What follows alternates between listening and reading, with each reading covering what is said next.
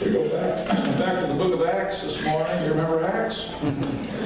It was a number of weeks ago, about 7, I think. 7 weeks ago, and in another year, as a matter of fact, when we left Paul and Barnabas on their first missionary journey in the great city of Antioch, where they preached and witnessed and shared the good news, and many people were converted. The first missionary journey was off to a rousing start, and souls were saved, and people begged for Paul to keep preaching, and one Sabbath morning nearly the entire city showed up to hear the gospel.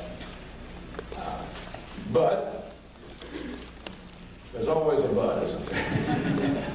There's always a but. But some people were jealous, and toward the end of chapter 13, we read that the Jews incited the devout women of high standing and the leading men of the city. They stirred up persecution against Paul and Barnabas and drove them out of their district. And so Paul and Barnabas shook the dust off their feet and took the Roman road east about 90 miles to the next stop on the first missionary journey, the city of Iconium. And we come to that narrative today in chapter 14, verses 1 through 7. Our Father and our God, we're thankful for your word. We're thankful for a new year. We're thankful for all the opportunities for ministry that you placed before us. And we pray that you would use us in a mighty way according to your Spirit and give us strength to endure hardship and tribulation and persecution, should that come, and that we would be faithful to you in great matters as well as small matters, to the end that Jesus Christ's name would be lifted high and he would be exalted. And hasten that wonderful day, Father, when every knee will bow and every tongue confess his lordship. Open our hearts now to the teaching of your word, for we ask it in Jesus' name. Amen. Now at Iconium they entered together into the Jewish synagogue and spoke in such a way that a great number of both Jews and Greeks believed. But the unbelieving Jews stirred up the Gentiles and poisoned their minds against the brothers. So they remained for a long time, speaking boldly for the Lord, who bore witness to the word of his grace, granting signs and wonders to be done by their hands. But the people of the city were divided. Some sided with the Jews and some with the apostles. When an attempt was made by both Gentiles and Jews with their rulers to mistreat them and to stone them, they learned of it and fled to Lystra and Derbe, cities of Lycaonia and the surrounding country. And there they continued to preach the gospel. All flesh is grass, and all its loveliness is like the flower of the field. The grass withers, the flower fades, but the word of our God stands forever. Amen. But there's always a but. You know that? But there's always a but. In this text, there are two of them. As a matter of fact, verse 2, but the unbelieving Jews stirred up the Gentiles and poisoned their minds against the brothers. And then verse 4, but the people of the city were divided, some sided with the Jews and some with the apostles. When an attempt was made by both Gentiles and Jews with their rulers to mistreat them and to stone them. And so goes the ministry, my friends. Your ministry, my ministry, Paul and Barnabas' ministry, so goes the ministry. Our efforts, the efforts of God's people today and throughout history to share the good news of Jesus Christ, to save the lost, to make disciples of all the nations. There's always a but. There's an amazingly consistent pattern of ministry. Success and conflict. Salvation and persecution. What happened, as we saw 7 weeks ago in Antioch, what happens here in Iconium, What will happen time and time again in the book of Acts? What's already happened in the book of Acts? When Paul was converted in chapter 9, for example, when Peter and John healed the lame man, the lame beggar, in chapter 3, for example, what happened throughout the ministry of the Lord Jesus Christ, Matthew, Mark, Luke, and John, what happened throughout the Old Testament with the prophets, and even as far back as the patriarchs, is the pattern of ministry. Success and conflict, salvation and persecution. For every Jeremiah, there's a Zedekiah. For every Abel, there's a Cain. For every Isaac, there's an Ishmael. For every Jacob, there's an Esau. For every Elijah, there's a Jezebel. It's just the pattern of ministry. First thing we see today is that there's a time to preach. In verse 1, at Iconium they entered together to the Jewish synagogue, and they spoke in such a way that a great number of both Jews and Greeks believed. It was a miracle. It doesn't read like a miracle, does it? It reads very matter-of-factly. But read it again. At Iconium they entered together into the Jewish synagogue and spoke in such a way that a great number of both Jews and Greeks believed. When's the last time? Amen. When's the last time you tried to save an unbeliever? When's the last time you tried to save a stranger? Somebody you never met before. You didn't know them and they didn't know you.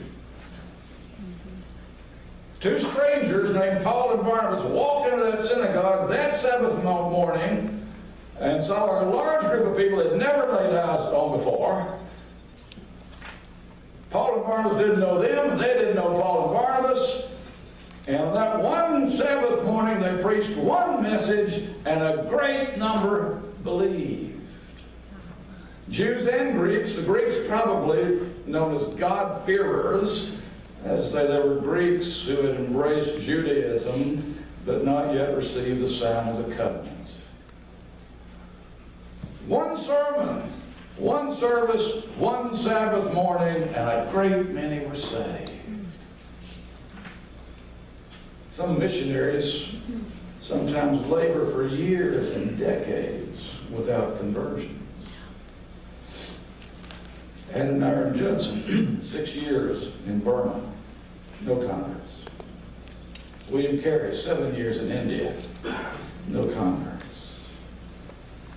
Francis Xavier, 18 years in Thailand without a convert. James Gilmore, 26 years in Mongolia, no converts. But here, one sermon, one service, one Sabbath morning, and a great many were saved. God was using Paul and Barnabas in a mighty way. The Spirit was falling afresh, and strangers were hearing a message they'd never heard before, and they believed. It was like Pentecost in Iconium. And it was like Pentecost in Iconium, in Antioch, rather, the previous chapter. And just as Pentecost had happened in Jerusalem sometime earlier. God was at work. But there's always a but. But the unbelieving Jews stirred up the Gentiles and poisoned their minds against the brothers. Wonder why God didn't just save everybody. It would have been so much easier, right? So much easier. They all heard the same message from the same people. Some believed, and others didn't. And those others,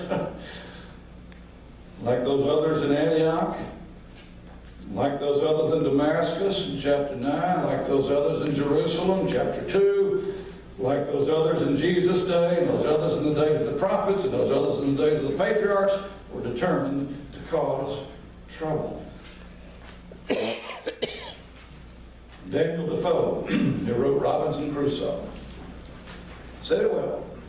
Whenever God erects a house of prayer, the devil builds a chapel there. that 'twill be found upon examination, the latter has the larger congregation. I don't know if the last part's true or not, but if the devil always has the larger congregation. But wherever God erects a house of prayer, yes, the devil will build a chapel there. So there's a time to preach. Second is there's a time to persevere. Verse 3. So they remained for a long time, speaking boldly for the Lord, who bore witness to the word of his grace, granting signs and wonders to be done by their hands. So never mind that opposition. Never mind that gossip and that propaganda campaign and how those unbelieving Jews poison the minds against the brothers. Never mind all that. Paul and Barnabas hung tough. Something that tends to be lacking in Christian circles these days. They persevered. They kept the faith. They remained for a long time in spite of the propaganda and the gossip and the bad things that were being said about them. They hung in there. You know, one of the great mistakes that Christian people make is that we think ministry is easy, or should be easy. We think the church should be a safe place. But when more often than not, it resembles a war zone. Let me tell you, there's a big difference between what the church is and what it should be or will be at the end of the age. Ministry is not easy. Because wherever God erects a house of prayer, the devil will build a chapel there. Where else would one expect the devil to attack? Where else is he likely to erect his own chapel? What better way to undermine the leaders and the people of God? Let's play Guess Who for a minute. Guess who? I'm going to take you back to the early 20th century, a small village in London, in England. A young man was having a very fruitful ministry. People were coming from miles around to hear him preach and teach.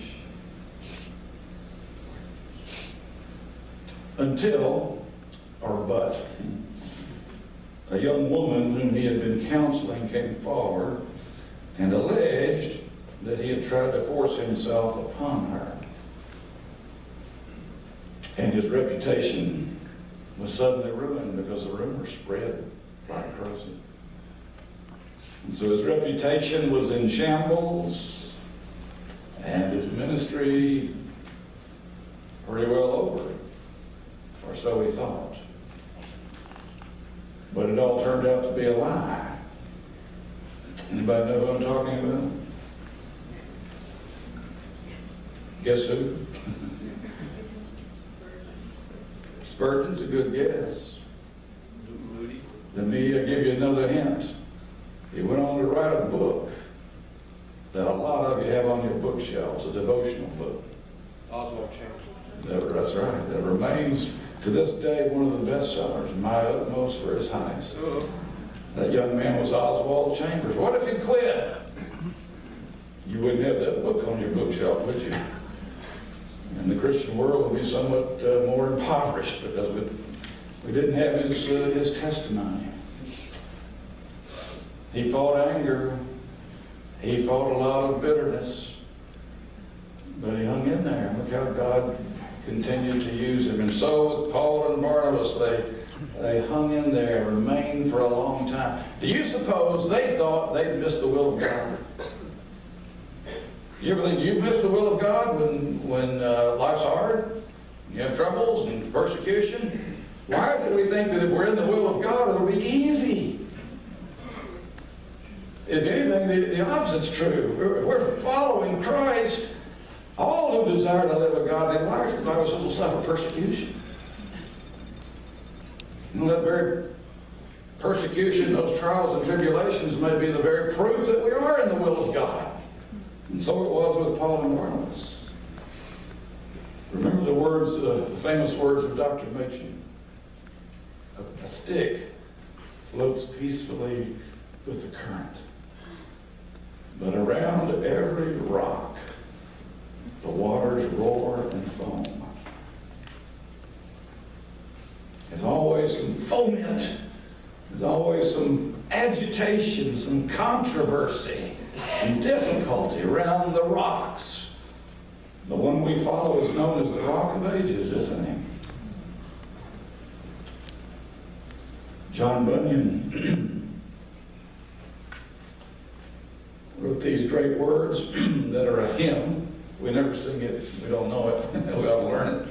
He who would valiant be against all disaster, let him in constancy follow the Master. There's no discouragement shall make him once relent his first avowed intent to be a pilgrim.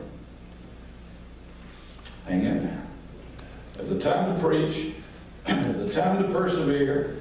And finally, this may surprise you, there's a time to run. Verses 5 and 6. When an attempt was made by both Gentiles and Jews with their rulers to mistreat them and to stone them, they learned of it and fled to Lystra and Derbe, cities of Lycaonia, the surrounding country, and there they continued to preach the gospel. They didn't go home. They just ran to another city. Jesus, by the way, told them to do that. Matthew 10:23, if they persecute you in one town, flee to another. And they did so, not because of gossip. It all started with gossip. Gossip has a way of growing, and hostility has a way of increasing.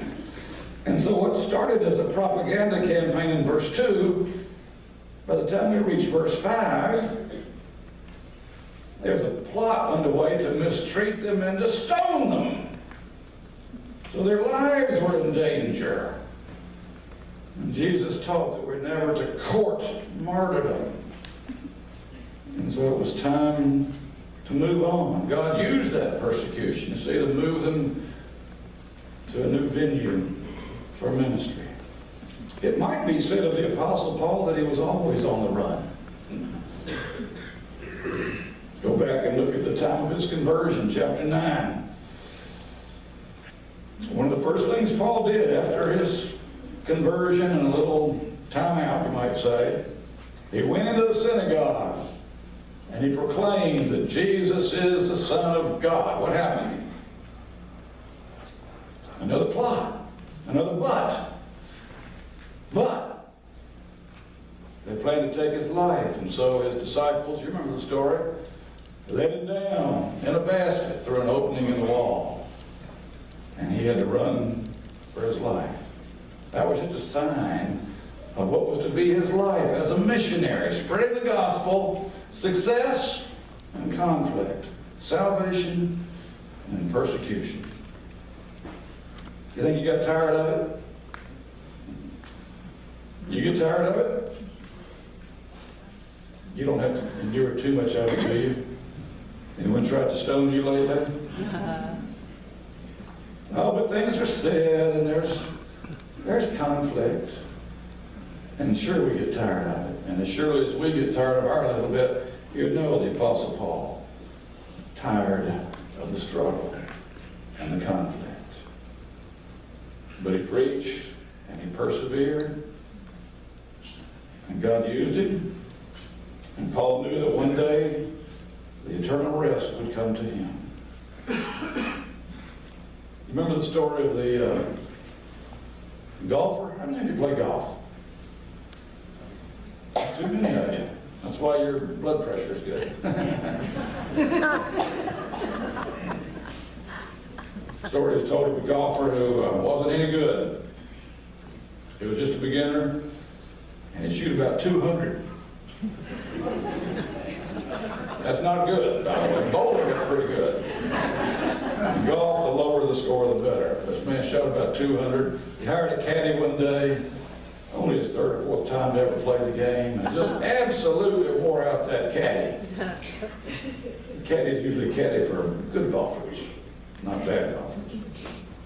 They finally came to number 18. The caddy was exhausted. The golfer took out his driver, hit a little worm burner off to the left, about 30 yards. He still had 400 yards to get to the green. So he pulled out his pitching wedge. Maybe it was a sand wedge. And he looked at the caddy. You know how far pitching wedges go? Maybe 120 of them. He said, well, let's get it there. Remember what the caddy said? Eventually. Keep swinging. Eventually, the rest will come to all of us. But in the meantime, in spite of all the months, like Paul and Barnabas, we're called to preach, proclaim, and persevere. And so you notice the narrative ends with Paul and Barnabas persevering. The cities of Lystra and Derbe, verse 7, there they continued to preach the gospel. Father, we thank you for your word and pray that you give us grace to continue to preach the gospel, to persevere, to hang in there. Help us to be valiant, as John Bunyan said, as your disciples. Give us strength to constantly follow our Master against all disaster, against all trouble. May we not relent of our intent to serve you. The spirit is willing, but the flesh is weak, Father, and so fill us with your spirit, that we may be as bold as a lion, as your word says. The wicked flee when no man pursues, but the righteous are as bold as a lion. Use us for your glory, we pray. And as you fed us from your word, now feed us from your table. For Christ's sake.